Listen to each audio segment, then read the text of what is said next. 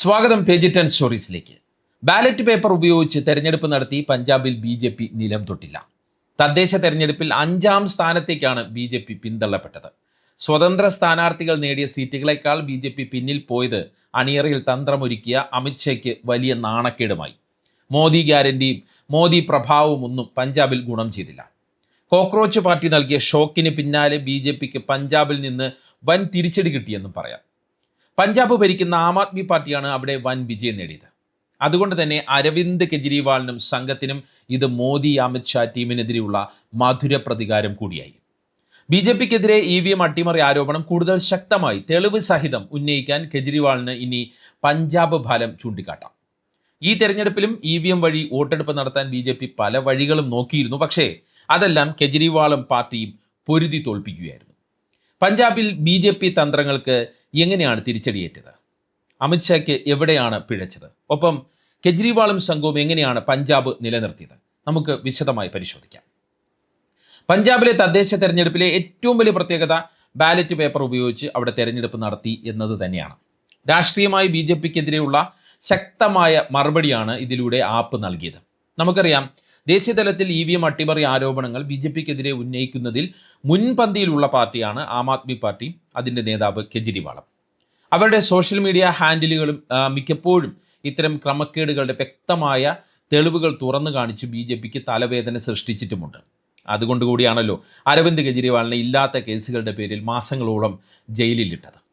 അതുകൊണ്ട് തന്നെയാണ് പഞ്ചാബിൽ ബാലറ്റ് പേപ്പറിൽ തെരഞ്ഞെടുപ്പ് നടത്താൻ ആപ്പും കെജ്രിവാളും തീരുമാനിച്ചത്. EVM സുതാര്യമാണ് എന്ന വിശദീകരണമാണല്ലോ BJP എപ്പോഴും പറയുന്നത്. എന്നാൽ EVM ഇല്ലാതെയും തെരഞ്ഞെടുപ്പ് സുതാര്യമായി നടത്താമെന്ന് തെളിയിച്ച് BJP വാദത്തിൻ്റെ മുനയൊടിക്കുകയാണ് പഞ്ചാബിൽ കെജ്രിവാളും സംഘവും ചെയ്തത്. അതുകൊണ്ട് തന്നെ BJP EVMകളെ ദുരുപയോഗം ചെയ്യുന്നു എന്ന പ്രതിപക്ഷത്തിൻ്റെ പൊതുവായ ആരോപണത്തിന് അടിവരയിടുന്ന ഒന്നായി ഈ നീക്കം മാറുകയും ചെയ്തു. EVMകൾക്കെതിരായ പ്രക്ഷോഭം പഞ്ചാബിനെ ഉയർത്തിക്കാട്ടി ശക്തമാക്കാൻ ആപ്പ് തീരുമാനിച്ചു എന്നുള്ള സൂചനകളും ഏറ്റവും ഒടുവിലായി വരുന്നുണ്ട്. എന്നാൽ BJP വിശദീകരിക്കുന്നത് ഇത് തദ്ദേശ തെരഞ്ഞെടുപ്പുകളിലെ പതിവ് രീതി എന്നാണ്. പല സംസ്ഥാനങ്ങളിലും തദ്ദേശ തെരഞ്ഞെടുപ്പുകളിൽ EVMന് പകരം ബാലറ്റ് പേപ്പർ ഉപയോഗിക്കുന്നുണ്ട് എന്നും അവിടെയെല്ലാം തങ്ങൾ വൻ വിജയം നേടാറുണ്ട് എന്നും പഞ്ചാബിൽ സംഭവിച്ചത് മറ്റു തരത്തിലുള്ള തോൽവിയാണ് എന്നുമൊക്കെയാണ് BJP നേതാക്കൾ ന്യായീകരണമായി ചൂണ്ടിക്കാട്ടുന്നത്. എന്നാൽ ഇതേ BJP നേതാക്കൾ തന്നെ പഞ്ചാബിൽ EVM നടപ്പാക്കാൻ വളഞ്ഞ വഴികളിലൂടെ കോടതിയെ സമീപിച്ചിരുന്നു എന്നത് വേറെ കാര്യം. അതിൻ്റെ കഥ ഇങ്ങനെയാണ്. ബാലറ്റ് പേപ്പർ ഉപയോഗിക്കാനുള്ള പഞ്ചാബ് തെരഞ്ഞെടുപ്പ് കമ്മീഷന്റെ തീരുമാനത്തിനെതിരെ രുചിത ഗാർഗ്, പ്രീത് കമൽ ഉപ്പൽ, ദീപക് വർമ്മ എന്നീ വ്യക്തികൾ കോടതിയെ സമീപിച്ചു. പഞ്ചാബ് മുനിസിപ്പൽ തെരഞ്ഞെടുപ്പ് ചട്ടങ്ങളിലെ സെക്ഷൻ 48A പ്രകാരം EVM ഉപയോഗിക്കണം എന്നതായിരുന്നു ഇവരുടെ വാദം. എന്നാൽ പഞ്ചാബ് ആൻഡ് ഹരിയാന ഹൈക്കോടതി ഡിവിഷൻ ബെഞ്ച് ഇവരുടെ ഹർജികൾ തള്ളി.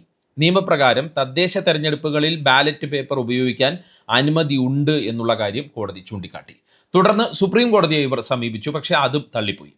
ഇനി കോടതിയെ സമീപിച്ചവരുടെ രാഷ്ട്രീയം നമുക്ക് പരിശോധിക്കാം. ഈ രുചിതയ്ക്കോ പ്രീത് കമൽ ഉപ്പലിനോ ദീപക് വർമ്മയ്ക്കോ പ്രത്യക്ഷത്തിൽ ഒരു രാഷ്ട്രീയവുമില്ല. പക്ഷേ ഈ കേസുകൾ ഇവർക്കായി വാദിച്ചത് മുതിർന്ന അഭിഭാഷകനായ ചേതൻ മിത്തലായിരുന്നു. ആരാണ് ചേതൻ മിത്തൽ? അവിടെയാണ് BJPയുടെ കള്ളക്കളി, BJPയുടെ കുതന്ത്രങ്ങൾ ഒളിഞ്ഞിരിക്കുന്നത്. BJPയുമായി അടുത്ത ബന്ധമുള്ള അഭിഭാഷകനാണ് ചേതൻ മിത്തൽ. 2014 മോദി സർക്കാർ അധികാരത്തിൽ വന്നയുടൻ പഞ്ചാബ് ഹരിയാന ഹൈക്കോടതിയിലെ കേന്ദ്ര സർക്കാരിൻ്റെ രണ്ടാമത്തെ ഏറ്റവും ഉയർന്ന നിയമ ഓഫീസറായ അസിസ്റ്റന്റ് സോളിസിറ്റർ ജനറൽ ഓഫ് ഇന്ത്യയായി നിയമിച്ചത് ഈ ചേതൻ മിത്തലിനെയായിരുന്നു. വിവിധ രാഷ്ട്രീയ പ്രാധാന്യമുള്ള കേസുകളിൽ BJP നേതാക്കൾക്കായി കോടതികളിൽ ഹാജരാകുന്ന ആളുമാണ് ഈ ചേതൻ. ഉദാഹരണത്തിന്, ഈ ആം ആദ്മി പാർട്ടിയിൽ നിന്ന് രാജിവെച്ച് BJPയിൽ ചേർന്ന രാജ്യസഭാ MP രജീന്ദർ ഗുപ്തയുടെ സുരക്ഷ പിൻവലിച്ചതിനെതിരെയുള്ള കേസിൽ ഹാജരായത് ഈ ചേതൻ മിത്തലായിരുന്നു. അതായത് ബാലറ്റ് പേപ്പറിനെതിരായ നിയമ പോരാട്ടത്തിന് പിന്നിൽ BJP ആണ് എന്ന കാര്യമാണ് ഇതിലൂടെ തെളിയുന്നത്. അതായത് ഇതിനെതിരെ കോടതിയെ സമീപിച്ച വ്യക്തികൾക്ക് BJPയുമായി ബന്ധമില്ല. പക്ഷേ അവരെ സമീപിക്കാൻ പ്രേരിപ്പിച്ച ആൾക്കാർക്ക്, അല്ലെങ്കിൽ അവർക്ക് വേണ്ടി വാദിച്ച ആൾക്കാർക്ക് BJPയുമായി അഭേദ്യമായ ബന്ധമുണ്ട് താനും. ഈ BJP കേന്ദ്ര നേതൃത്വത്തെ സംബന്ധിച്ച് വലിയ തിരിച്ചടിയാണ് പഞ്ചാബിലെ തദ്ദേശ തെരഞ്ഞെടുപ്പ് ഫലം എന്ന് തന്നെ പറയാം. അമിത്ഷാ പിന്നിലിരുന്ന് ചരട് വലിച്ചിട്ടും പഞ്ചാബ് പിടിക്കാൻ BJPക്ക് കഴിയുന്നില്ല എന്നതാണ് ഏറ്റവും ശ്രദ്ധേയമായ കാര്യം. തദ്ദേശ തെരഞ്ഞെടുപ്പിന് തൊട്ടു മുമ്പ് അമിത്ഷാ ഉദ്ഘാടനം ചെയ്ത ബദലാവ് റാലി അവിടെ നടന്നിരുന്നു. അതായത് മാറ്റം വേണം, എല്ലായിടത്തും മാറ്റം വേണം എന്നുള്ളതാണല്ലോ BJPയുടെ ഏറ്റവും പ്രധാനപ്പെട്ട മുദ്രാവാക്യം. അവിടെയും മാറ്റം വേണം എന്നുള്ള മുദ്രാവാക്യം ഉയർത്തിക്കൊണ്ട് ഒരു വലിയ റാലി നടന്നു. പഞ്ചാബിൽ നിന്നും ആപ്പിനെ തൂത്ത് കളയണമെന്ന് അമിത്ഷാ ആഹ്വാനം ചെയ്യുകയും ചെയ്തു. പക്ഷേ ആ ആഹ്വാനമെല്ലാം ജനം തള്ളിക്കളഞ്ഞു എന്നതാണ് തദ്ദേശ തെരഞ്ഞെടുപ്പ് ഫലം കാണിക്കുന്നത്. 2020 അകാലിദളുമായി സഖ്യം പിരിഞ്ഞതിന് ശേഷം പഞ്ചാബിൽ ഒറ്റയ്ക്ക് പ്രധാന ശക്തിയായി മാറാൻ BJP പലതരത്തിൽ പല വിധത്തിൽ ശ്രമിക്കുന്നുണ്ട് എങ്കിലും അത് നടക്കുന്നില്ല.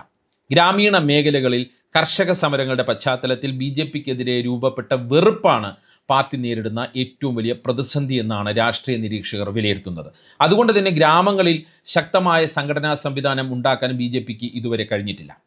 നഗരമേഖലകളിൽ സംഘടനാ സംവിധാനം ഉണ്ടെങ്കിലും പഞ്ചാബിൻ്റെ മനസ്സറിഞ്ഞ് നഗര വോട്ടർമാരെ സ്വാധീനിക്കാൻ BJPക്ക് കഴിയുന്നുമില്ല. അവിടെയെല്ലാം പ്രശ്നം ഈ കർഷക സമരവുമായി ബന്ധപ്പെട്ട് BJPക്കെതിരെ പഞ്ചാബിൽ ഉടലെടുത്ത രോഷം, ദേഷ്യം അതൊക്കെ തന്നെയാണ്. അകാലിദളുമായി പിരിഞ്ഞതിന് ശേഷം നഗര വോട്ടർമാർ തങ്ങളെ പിന്തുണയ്ക്കുമെന്നാണ് BJP നേതാക്കൾ പലപ്പോഴും പറഞ്ഞിരുന്നത്. ആപ്പിൽ നിന്ന് പഞ്ചാബിലെ രാജ്യസഭാ MPമാരെ ഭീഷണിപ്പെടുത്തി ഒപ്പം ചേർക്കാൻ കഴിഞ്ഞെങ്കിലും പഞ്ചാബിൽ പ്രാദേശികമായി അടിത്തറയുള്ള ഒരു പ്രാദേശിക നേതാവിനെ ഇതുവരെ കണ്ടെത്താൻ അമിത്ഷായുടെ ബുദ്ധി കേന്ദ്രങ്ങൾക്ക് കഴിഞ്ഞിട്ടില്ല എന്നതാണ് BJPക്ക് വലിയ തിരിച്ചടിയായി അവിടെ നിൽക്കുന്നത്. ഓപ്പറേഷൻ താമരയിലൂടെ ആം ആദ്മി പാർട്ടിയിലും കോൺഗ്രസിലുമുള്ള ഈ പലരെയും BJP നോട്ടമിട്ടു എങ്കിലും അതൊന്നും ഇതുവരെ ഫലവത്തായിട്ടില്ല. അതിനിടയ്ക്കാണ് ഈ തദ്ദേശ തെരഞ്ഞെടുപ്പിലെ വലിയ പരാജയം കൂടി വരുന്നത്.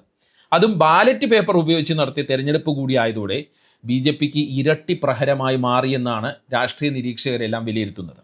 ആകെയുള്ള 1977 വാർഡുകളിൽ BJPക്ക് 172 മാത്രമാണ് വിജയം നേടാൻ കഴിഞ്ഞത്. 251 വാർഡുകൾ നേടിയ സ്വതന്ത്ര സ്ഥാനാർത്ഥികളെക്കാൾ പിന്നിൽ പോയത് BJP ബുദ്ധി കേന്ദ്രങ്ങൾക്ക് അല്ലെങ്കിൽ അമിത്ഷായുടെ കേന്ദ്രങ്ങൾക്ക് വലിയ നാണക്കേടായി മാറി. പത്താൻകോട്ട് മുനിസിപ്പാലിറ്റി പോലുള്ള പരമ്പരാഗത കോട്ടകളിൽ BJPക്ക് വലിയ തിരിച്ചടിയാണ് കിട്ടിയത്. ആകെ അബോഹർ മുനിസിപ്പൽ കോർപ്പറേഷനിൽ നേടിയ വിജയം മാത്രമാണ് BJPക്ക് അവിടെ ആശ്വസിക്കാൻ വകയുള്ളത്. അതിനിടെ BJPയെ നന്നേ പരിഹസിച്ച് അരവിന്ദ് കെജ്രിവാൾ രംഗത്ത് വരികയും ചെയ്തു. BJPയെ ED പാർട്ടി എന്നാണ് അദ്ദേഹം വിളിച്ചത്. വ്യാപാരികളെ ED റെയ്ഡുകളിലൂടെ BJP ഉപദ്രവിച്ചതിന് പഞ്ചാബിലെ ബിസിനസ്സുകാർ, അതായത് ഇടത്തരം ബിസിനസ്സുകാർ നൽകിയ കൃത്യമായ മറുപടിയാണ് ആപ്പിൻ്റെ വിജയമെന്നും പറഞ്ഞ് ഈ കെജ്രിവാൾ BJP ആഴത്തിൽ വീണ്ടും കുത്തി നോവിച്ചിട്ടുണ്ട്. എന്തായാലും നിയമപോരാട്ടത്തിലും തെരഞ്ഞെടുപ്പ് പോരാട്ടത്തിലും വിജയിച്ച ആം ആദ്മി പാർട്ടിക്ക് അടുത്ത വർഷം ആദ്യം നടക്കുന്ന നിയമസഭാ തെരഞ്ഞെടുപ്പിൽ ആത്മവിശ്വാസത്തോടെ പഞ്ചാബിൽ പോരിനിറങ്ങാമെന്ന സ്ഥിതിയാണ് ഈ ഫലം നൽകുന്നത്. 958 ഇടത്താണ് ആം ആദ്മി പാർട്ടികൾ വിജയിച്ചത്. കോൺഗ്രസ് 397 വാർഡുകളിലും അകാലിദൾ 192 വാർഡുകളിലുമാണ് ജയിച്ചിട്ടുള്ളത്. 2022 നിയമസഭാ തെരഞ്ഞെടുപ്പ് മുതൽ ആപ്പിൻ്റെ രാഷ്ട്രീയ അടിത്തറയായി മാറിയ ഇടത്തരം ചെറിയ നഗരങ്ങളിലെ ഈ മുനിസിപ്പൽ കൗൺസിലുകളും നഗർ പഞ്ചായത്തുകളിലും അവർ അവരുടെ സ്വാധീനം നിലനിർത്തി എന്നതാണ് ഏറ്റവും ശ്രദ്ധേയമായ കാര്യം. സാധാരണക്കാരായ നഗര വോട്ടർമാർക്കിടയിൽ ആം ആദ്മി പാർട്ടിയുടെ സ്വാധീനം ഇപ്പോഴും ശക്തമാണ് എന്നാണ് ഫലങ്ങൾ സൂചിപ്പിക്കുന്നത്. ഒരിക്കൽ കോൺഗ്രസിൻ്റെയോ അകാലിദളിൻ്റെയോ കോട്ടകളായിരുന്ന പല സ്ഥലങ്ങളിലും ആപ്പ് നല്ല വിജയം നേടുകയോ അല്ലെങ്കിൽ പ്രധാന ശക്തിയായി അവിടങ്ങളിൽ ഉയർന്നു വരികയോ ചെയ്തു എന്നതാണ് പഞ്ചാബ് തെരഞ്ഞെടുപ്പ് ഫലം നൽകുന്ന മറ്റൊരു കാഴ്ച. പല ഘടകങ്ങളാണ് പഞ്ചാബിൽ ആം ആദ്മി പാർട്ടിക്ക് അനുകൂലമായി പ്രവർത്തിക്കുന്നത്. അതിൽ പ്രധാനം ഈ മയക്കുമരുന്നിനെതിരെയുള്ള സർക്കാരിൻ്റെ ശക്തമായ പ്രചാരണമാണ്. മുൻ സർക്കാരുകൾ പരാജയപ്പെട്ട ഈ വിഷയത്തിൽ ഭഗവത് മാൻ സർക്കാർ എന്തെങ്കിലും ചെയ്യാൻ ശ്രമിക്കുന്നുണ്ട് എന്ന് വോട്ടർമാരെ ബോധ്യപ്പെടുത്താൻ ആം ആദ്മി പാർട്ടിക്ക് കഴിഞ്ഞു എന്നതാണ് ഏറ്റവും ശ്രദ്ധേയമായ കാര്യം അല്ലെങ്കിൽ നിർണായകമായ കാര്യം. രണ്ടാമതായി ജനക്ഷേമ പദ്ധതികളാണ്. സർക്കാരിൻ്റെ 10 ലക്ഷം രൂപയുടെ സൗജന്യ ആരോഗ്യ ഇൻഷുറൻസ് പദ്ധതിയും ആരോഗ്യരംഗത്തെ മറ്റ് പ്രഖ്യാപനങ്ങളും പാവപ്പെട്ട ജനങ്ങളെ വലിയ രീതിയിൽ സ്വാധീനിച്ചു എന്നാണ് ഈ തെരഞ്ഞെടുപ്പ് ഫലം നൽകുന്ന അല്ലെങ്കിൽ ഫലത്തിൻ്റെ പാറ്റേൺ കാണിക്കുന്നത്. സ്ത്രീകൾക്കുള്ള സാമ്പത്തിക സഹായ പദ്ധതി ഉൾപ്പെടെയുള്ള തെരഞ്ഞെടുപ്പ് വാഗ്ദാനങ്ങൾ നടപ്പാക്കാൻ സർക്കാർ ശ്രമിക്കുന്നു എന്നതും രാഷ്ട്രീയമായി ആപ്പിന് വലിയ ഗുണം ചെയ്തിട്ടുണ്ട്. ഉൾപാർട്ടി തർക്കങ്ങളിലും ഭിന്നതകളിലും വലയുന്ന കോൺഗ്രസിന് അതിനിടയ്ക്കും ശ്രദ്ധേയമായ പ്രകടനം പഞ്ചാബിൽ കാഴ്ചവെക്കാൻ കഴിഞ്ഞു എന്നത് അവരെ സംബന്ധിച്ചിടത്തോളം ആശ്വാസകരമായ കാര്യമാണ്. കപൂർത്തല കോർപ്പറേഷനിൽ 50-ൽ 31 വാർഡുകൾ നേടി കോൺഗ്രസ് മികച്ച പ്രകടനം കാഴ്ചവെച്ചു. പത്താൻകോട്ടിൽ 18 വാർഡുകളും ബട്ടാലയിൽ 14 വാർഡുകളും അവർക്ക് കിട്ടി. ഫാസിൽക്ക, ഫിറോസ്പൂർ, ഫരീദ് കോട്ട്, രാജ്പുര തുടങ്ങിയ നിർണായക കൗൺസിലുകളും കോൺഗ്രസ് മികച്ച രീതിയിൽ ആ സ്ഥലങ്ങളിലും മുന്നേറ്റം നടത്തി. എന്നാൽ BJPയുമായി പിരിഞ്ഞ അകാലിദളിൻ്റെ സ്വാധീനം സംസ്ഥാനത്ത് നാൾക്ക് നാൾ കുറഞ്ഞു വരികയാണ്. മൊഹാലി, കപൂർത്തല, മോഗ തുടങ്ങിയ കോർപ്പറേഷനുകളിൽ ചില വാർഡുകൾ നേടിയെങ്കിലും ഒരിടത്തും അവർക്ക് രണ്ടക്ക സഖ്യത്തിൽ സീറ്റ് നേടാൻ കഴിഞ്ഞില്ല. അതുകൊണ്ട് തന്നെ ഈ തെരഞ്ഞെടുപ്പ് ഫലം അകാലിദളിനെ വീണ്ടും മാറ്റി ചിന്തിപ്പിക്കുമോ എന്നാണ് രാഷ്ട്രീയ നിരീക്ഷകർ ഉറ്റുനോക്കുന്നത്. BJP സഖ്യത്തിലേക്ക് അവർ തിരിച്ചു പോകാനുള്ള സാധ്യത പല അകാലിദൾ നേതാക്കളും ആരായുന്നുണ്ട് എന്നാണ് വിലയിരുത്തൽ. BJPക്കും നിയമസഭാ തെരഞ്ഞെടുപ്പിലേക്ക് പോകുമ്പോൾ ഒരു പ്രാദേശിക പാർട്ടിയുടെ സഖ്യം അനിവാര്യമാണ് എന്നതാണ് സ്ഥിതി. എന്നാൽ കർഷക സമരം അതാണ് BJPക്ക് സംസ്ഥാനത്ത് ഉണ്ടാക്കി വെച്ച വെറുപ്പ്.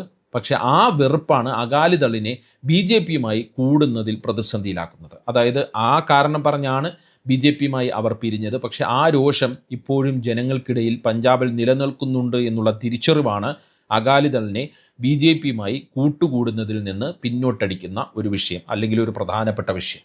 എന്തായാലും പ്രതിപക്ഷത്തെ സംബന്ധിച്ച് BJPക്കെതിരെ എടുത്തുപയോഗിക്കാൻ പറ്റിയ ആയുധമാണ് പഞ്ചാബിലെ ബാലറ്റ് തിരഞ്ഞെടുപ്പ് എന്ന് തന്നെ പറയാം. ബാലറ്റ് തിരഞ്ഞെടുപ്പിനുള്ള ശബ്ദം വരും ദിവസങ്ങളിൽ കൂടുതൽ ഉയർന്നു കേൾക്കാനും പഞ്ചാബ് ഫലം കാരണമായേക്കും എന്നാണ് വിലയിരുത്തൽ. കോക്രോച്ച് പാർട്ടി ഹാൻഡിലുകളും ചില സ്വതന്ത്ര മാധ്യമ പ്രവർത്തകരുടെ ഹാൻഡിലുകളും ഇപ്പോൾ തന്നെ ബാലറ്റ് തിരഞ്ഞെടുപ്പ് തിരിച്ചു കൊണ്ടുവരണമെന്നുള്ള ആവശ്യമുയർത്തി ക്യാമ്പയിൻ തുടങ്ങിയിട്ടുണ്ട്. ഇതാണ് ഇപ്പോഴത്തെ സ്ഥിതി. എന്തായാലും ബാലറ്റ് BJPക്ക് തിരിച്ചടിയായി മാറുന്ന ഒരു കാഴ്ചയാണ് പഞ്ചാബിൽ നിന്ന് കാണാൻ കഴിയുന്നത്. ഒപ്പം ആം ആദ്മി പാർട്ടിയെ സംബന്ധിച്ചിടത്തോളം വളരെ ആശ്വാസകരമായ വിജയം അവർക്ക് പഞ്ചാബിൽ നേടാൻ കഴിഞ്ഞിട്ടുണ്ട്. അരവിന്ദ് കെജ്രിവാളിനെ സംബന്ധിച്ചിടത്തോളം ഇത് മധുര പ്രതികാരത്തിൻ്റെ കാലമാണ്. ഡൽഹിയിലും തിരിച്ചു വരാനുള്ള കരുനീക്കങ്ങൾ അദ്ദേഹം തുടങ്ങിക്കഴിഞ്ഞു. അല്ലെങ്കിൽ ആ രീതിയിലുള്ള സംഘടനാ പ്രവർത്തനങ്ങളിലേക്ക്, ജനങ്ങളിലേക്ക് ഇറങ്ങിയുള്ള സംഘടനാ പ്രവർത്തനങ്ങൾക്ക് ആം ആദ്മി പാർട്ടി കൂടുതൽ സമയം ചെലവഴിക്കുന്നു എന്നുള്ള റിപ്പോർട്ടുകളും പുറത്തു വരികയാണ്. ഇതാണ് പഞ്ചാബ് തെരഞ്ഞെടുപ്പുമായി ബന്ധപ്പെട്ട് നിങ്ങളുമായി പങ്കുവയ്ക്കാനുള്ള വിവരം. പേജ് 10 സ്റ്റോറീസ് വീഡിയോകളെക്കുറിച്ചുള്ള അഭിപ്രായം നിങ്ങൾ കമൻറ്റ് ചെയ്യുക. മറ്റൊരു വീഡിയോയുമായി വീണ്ടും കാണാം. നന്ദി, നമസ്കാരം.